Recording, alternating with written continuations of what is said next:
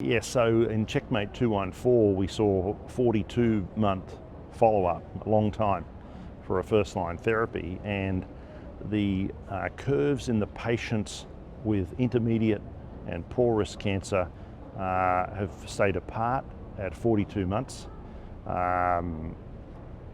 relative to sunitinib. That is for, the curves at 42 months for nivolumab and ipilimumab have stayed apart from sunitinib at a significant level, maintaining the hazard ratio of about 0.66. Importantly, what we are seeing is a plateau in not only the overall survival curve, but also the progression-free survival curve.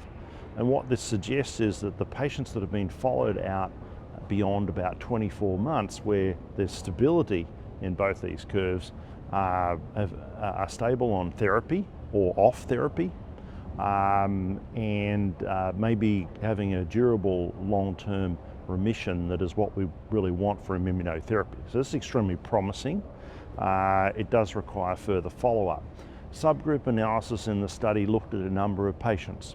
There are some patients that are still on the immunotherapeutic at this stage. This is generally nivolumab alone, and they have continuing response, but also patients that have been taken off therapy for a variety of reasons have continuing response, and they have what we call a TFI, or treatment-free interval.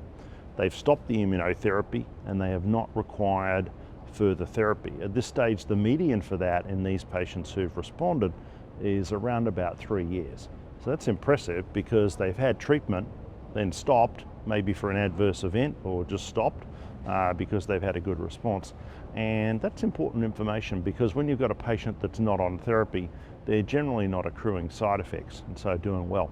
So the extended efficacy of this combination is reinforced here in the intermediate and poor risk groups.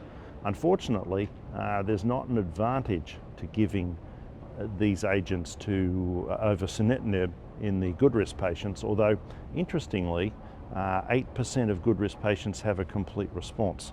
So the question there is, there a subgroup of them that we should treat, because if we can induce a complete response, we know that's likely to be durable. So from that perspective, important long-term follow-up data that's very reassuring.